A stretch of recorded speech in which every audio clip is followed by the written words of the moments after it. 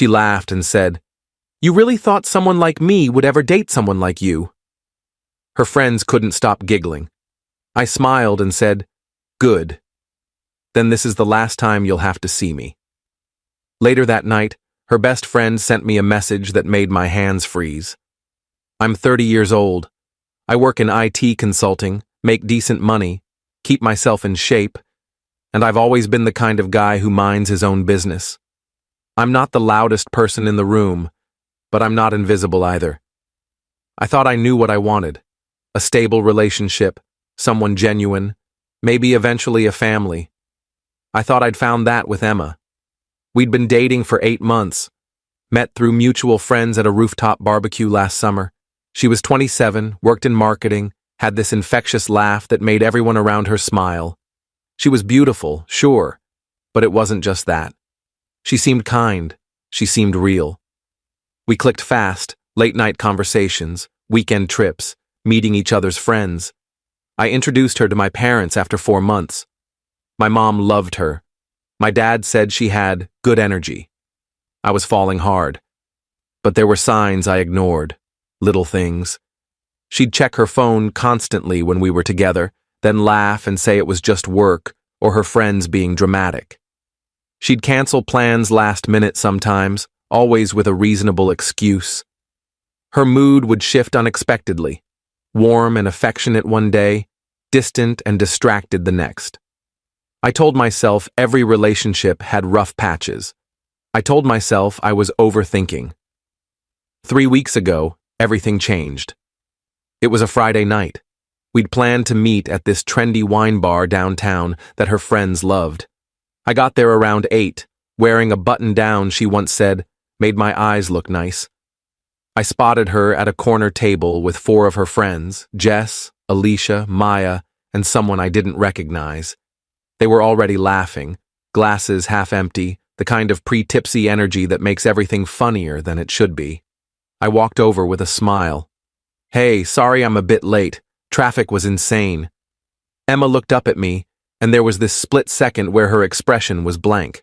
Not warm, not welcoming, just blank. Then she glanced at her friends, and Jess smirked. "Oh, he actually showed up," Jess said. I laughed, thinking it was a joke. Of course I showed up. Why wouldn't I? Emma took a long sip of her wine. Then she set the glass down, looked me dead in the eye, and said, "Honestly? I don't know why you keep trying so hard." The table went quiet. Then Maya giggled nervously. "What do you mean?" I asked. Emma leaned back in her chair, arms crossed. "I mean, look at you. Look at us." She gestured around the table. "You really thought someone like me would ever seriously date someone like you?" Her friends couldn't stop giggling. Not loud, obnoxious laughter, just these little snickers, like they were in on some inside joke I wasn't part of. Alicia covered her mouth. Jess stared at her drink, grinning. I stood there for what felt like an eternity. My chest tightened. My face got hot. But I didn't yell. I didn't make a scene. I just smiled. Not a fake smile, but the kind you give when you finally understand something you should have seen coming. "Good," I said. "Then this is the last time you'll have to see me." I turned and walked out. Didn't look back. Didn't wait for a response. I could hear Emma say something behind me, maybe my name, but I kept walking. Got in my car, drove home, sat on my couch in the dark for 2 hours, replaying the whole thing in my head. I didn't cry right away. I was too numb, too confused. 8 months. I'd met her family. I'd helped her move apartments. I'd listened to her cry about her job, her insecurities, her past. And this was how it ended? In front of her friends, like I was some punchline she'd been waiting to deliver? Around midnight, my phone buzzed. A text from a number I didn't recognize. "Hey, this is Alicia, Emma's friend from tonight. I need to talk to you. I'm so sorry about what happened. You didn't deserve that." I stared at the message. Alicia, Emma's friend, the one who'd been sitting right there. I almost deleted it. Almost blocked the number. but something in the tone felt genuine. I typed back, "Why are you texting me?" 3 dots appeared, then, "Because what she did was wrong. And there's more you should know, not to hurt you more, but because you deserve the truth. Can we talk tomorrow?" My hands froze. Update 1: I didn't sleep that night. I kept staring at Alicia's message, reading it over and over. Part of me wanted to ignore it, just block everyone connected to Emma and move on. But I couldn't. The phrase, "there's more you should know," kept echoing in my head. At 2 in the morning, I finally replied, "Fine. Coffee shop on 5th and Main, noon tomorrow." She responded instantly, "I'll be there. Thank you." The next day felt surreal. I went through my morning routine on autopilot. Shower, coffee, staring at my phone, wondering what I was walking into. At 11:30, I drove to the coffee shop. Got there early. Ordered a black coffee I didn't touch. Sat by the window watching people walk by, wondering what the hell I was doing. At exactly noon, Alicia walked in. She looked different from the night before.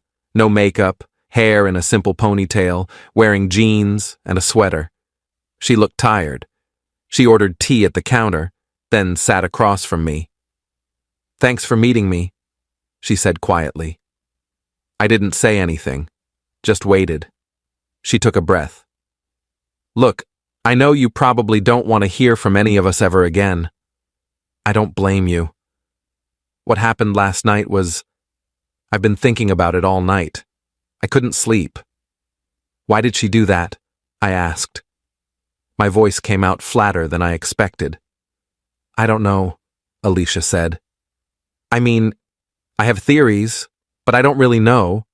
Emma's been my friend for 5 years, and sometimes I don't understand her at all." "What did you mean when you said there's more I should know?" Alicia looked down at her cup. "Emma's been going through something. I don't know all the details because she doesn't talk about it, but I know she's been seeing a therapist.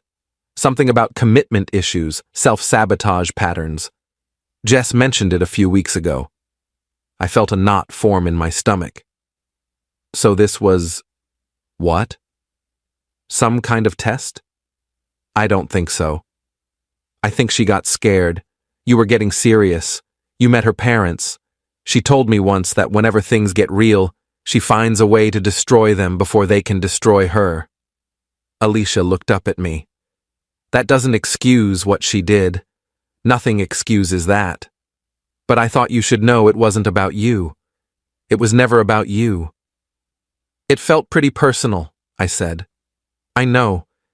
And I'm so sorry. I should have said something last night. I should have stood up for you. Instead, I just sat there like a coward." We sat in silence for a moment. "Why are you telling me this?" I asked. "Because you seem like a good person." And I watched Emma destroy something good because she's too scared to let herself be happy. I've watched her do it before, just never that cruelly.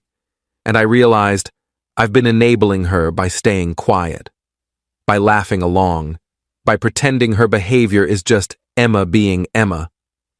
Alicia pulled out her phone, hesitated, then put it away. "I was going to show you some messages, but I realized that's not my place. That would just be more drama, more pain. What I will say is this. Emma texted the group chat after you left last night. She didn't apologize. She didn't feel bad. She said she finally got the courage to end things and that she felt free." My chest tightened. "I left the group chat after that," Alicia continued. "I told Emma this morning that I can't be friends with someone who treats people that way. She called me a traitor. Jess and Maya are mad at me too. But I don't care anymore. I needed you to know that not everyone thought what happened was okay." I looked at this woman I barely knew, who'd risked her friendships to tell me the truth, and I felt something shift. Not better exactly, but less alone. "Thank you," I said, "for telling me, for being honest." "I'm sorry it happened at all," she said. We talked for another 20 minutes. She told me more about Emma's pattern, how she'd done similar things to previous boyfriends, though never quite as publicly.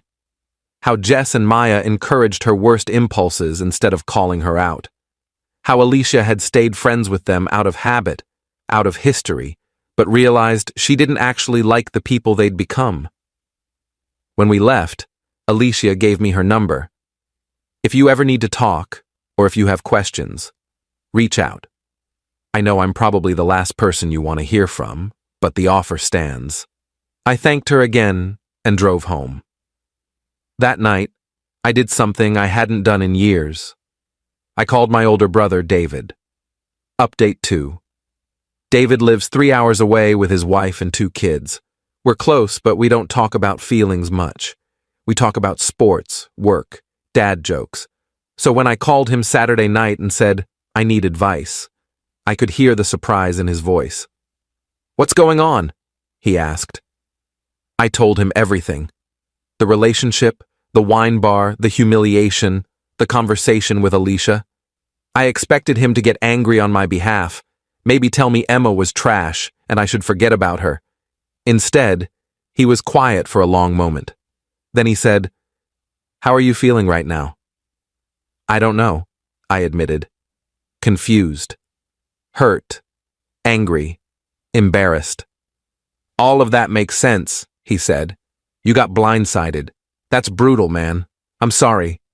I keep replaying it in my head, I said, trying to figure out what I did wrong. What I missed. You didn't do anything wrong, David said firmly. Someone treating you badly isn't a reflection of your worth. It's a reflection of theirs. Everyone saw it, though. Her friends, other people at the bar. I just stood there like an idiot. You didn't stand there like an idiot. You walked away with dignity. That takes strength. He paused. Look, I've never told you this, but something similar happened to me in college. Girl I was seeing for almost a year broke up with me at a party in front of everyone, told me I was boring and she'd been seeing someone else the whole time. Seriously? Yeah, I was devastated.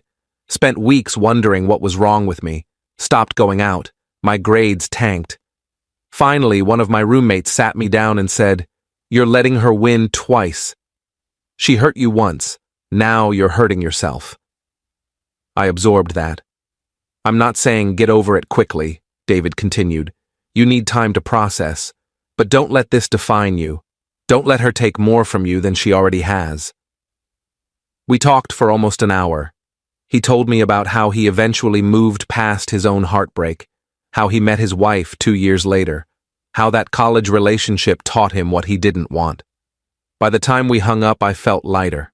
Not fixed, but lighter. The next few days were hard. I took Monday off work, stayed in bed too long, ordered takeout, watched mindless TV, let myself feel everything I'd been pushing down. Tuesday, I forced myself to go to the gym. Wednesday, I went back to work. My coworkers noticed something was off. My boss, Karen, pulled me aside after a meeting. You okay? She asked. You seem distracted. Personal stuff, I said. I'm fine. She studied me for a moment. Breakup? I nodded. Take the time you need, she said, and if you need to talk, my door's open. I've been through my share of heartbreaks. They suck, but you get through them. That simple acknowledgement helped more than I expected. By Thursday, I was functioning again. Not great, but functional. I went to the gym every morning before work, started meal prepping again, called my parents and told them Emma and I had broken up. My mom wanted details, but I kept it vague. My dad just said, her loss, and changed the subject to football. I loved him for that. Friday afternoon, Alicia texted me. How are you holding up? I replied, better, taking it day by day. That's good. I'm proud of you. It was a weird thing to say, she barely knew me, but somehow it mattered. She added, I started seeing a therapist this week, realizing I've got my own stuff to work through. Figured if I'm going to call out toxic behavior, I should deal with my own patterns too. That's great, I typed back. Takes courage to do that. So does what you're doing. Moving forward instead of getting stuck in anger. Was I moving forward? I wasn't sure, but I was trying. Update 3. 2 weeks after the wine bar incident, something unexpected happened. I was at the grocery store on a Sunday afternoon, debating between pasta brands, when I heard a voice behind me. "Jake?" I turned. Emma stood there with a shopping basket, looking smaller than I remembered. No makeup, hair pulled back. She looked like she'd been crying recently. My first instinct was to walk away. My second was to say something cruel. I did neither. "Emma," I said neutrally. "Can we talk?" she asked. "Please, just for a minute." Every part of me wanted to say no, but curiosity won. "Fine. 1 minute." We stepped to the side of the aisle. She set her basket down and wrapped her arms around herself. "I'm sorry," she said quietly. "What I did was unforgivable." "I know that. I don't expect you to forgive me. I just needed you to hear me say it." I waited. "I've been in therapy," she continued, "trying to figure out why I do the things I do. My therapist says I have this pattern of pushing people away when they get too close. Something about fear of abandonment stemming from my parents' divorce. It doesn't excuse what I did. Nothing does. But I wanted you to know it wasn't about you. You were amazing.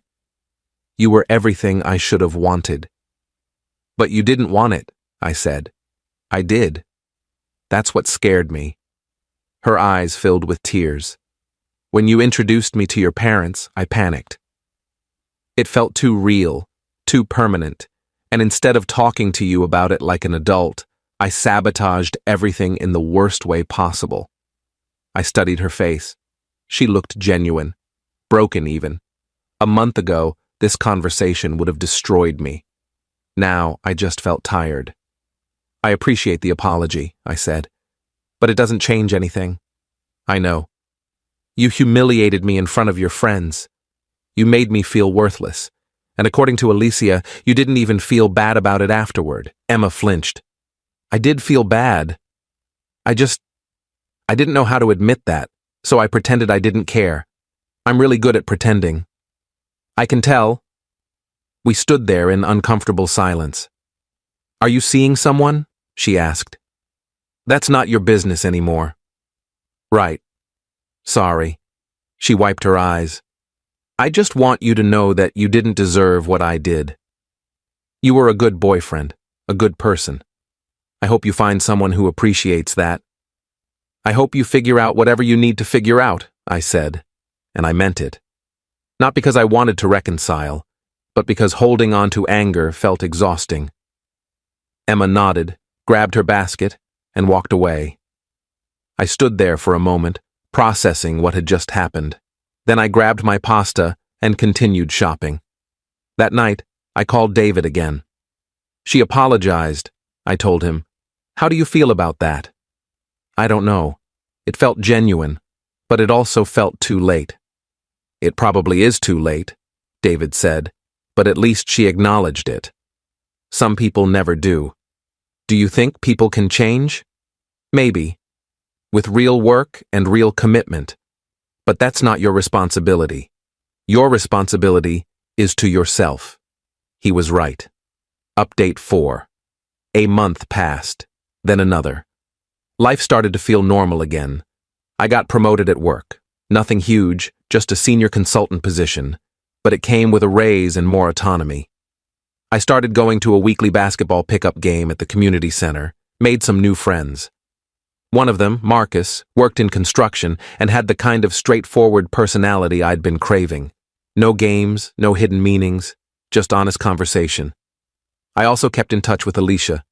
We'd meet for coffee every couple of weeks. She'd update me on her therapy progress. I'd tell her about work and the basketball games. It was nice having a friendship that felt drama-free.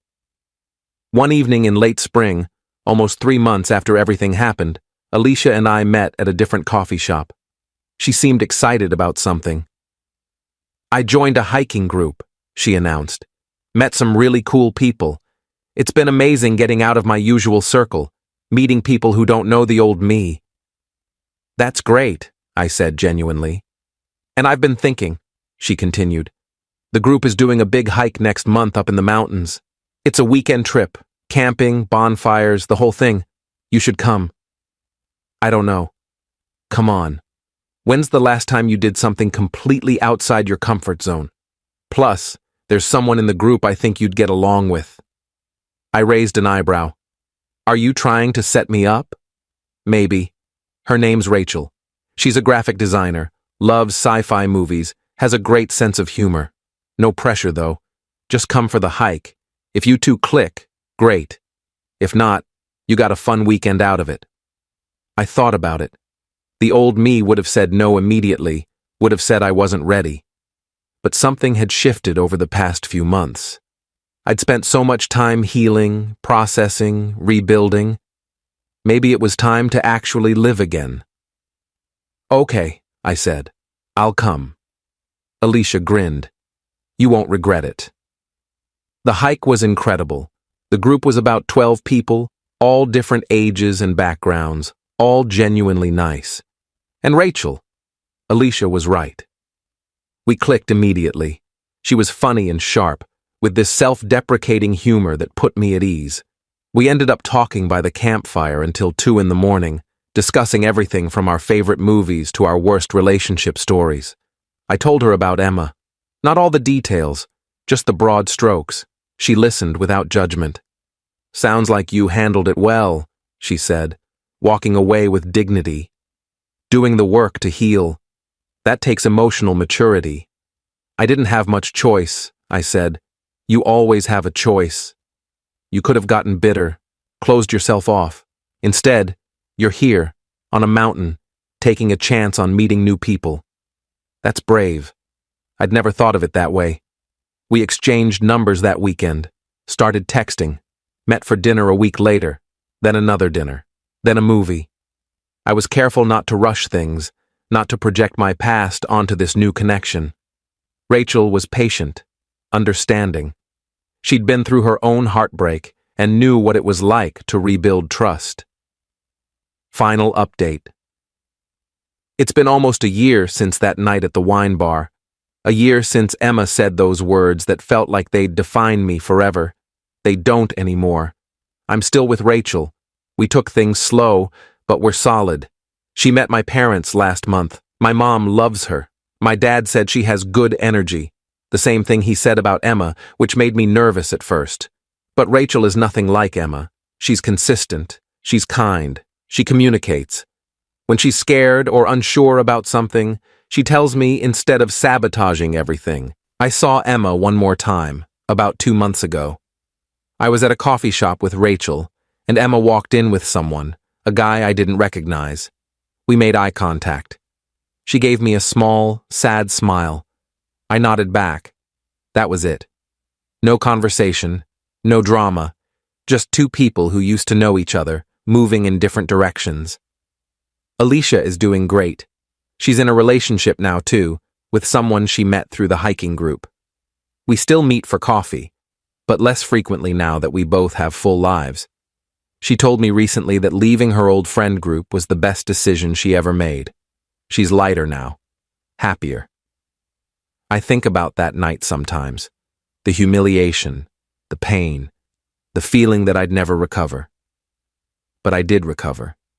Not because I got revenge or made Emma feel as bad as she made me feel. I recovered because I chose to. Because I did the work. Because I surrounded myself with people who genuinely cared about me. My brother David was right. Emma hurt me once. I didn't let her hurt me twice by staying stuck.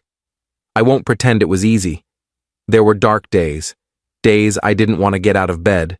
Days I questioned everything about myself. But those days passed. And on the other side was a life I'd built intentionally, with people who valued me. Someone asked me recently if I'd forgiven Emma. I don't know if forgiveness is the right word. I've let go of the anger. I've accepted that what happened says more about where she was in her life than anything about my worth. I hope she's doing better. I hope her therapy helped. But whether it did or not isn't my concern anymore. I'm focused on my own life now, on Rachel, on my career, on the friendships I've built, on being the kind of person I'm proud to be. That night at the wine bar taught me something important. How someone treats you in your worst moment tells you everything you need to know. Emma showed me exactly who she was, and I showed myself that I could survive it, learn from it, and build something better. That's not revenge. That's growth. Edit 1. Someone asked if I ever found out why Emma acted the way she did at the wine bar specifically. Honestly, I'll never fully know. My best guess, based on what Alicia said and Emma's own admission, is that she panicked about how serious things were getting and chose the nuclear option. Some people break up quietly. She chose chaos. That's on her, not me. Edit 2. A few people mentioned that Alicia sounds like a great person for reaching out. She really is. Not many people would risk their friendships to do the right thing. I'm grateful she did.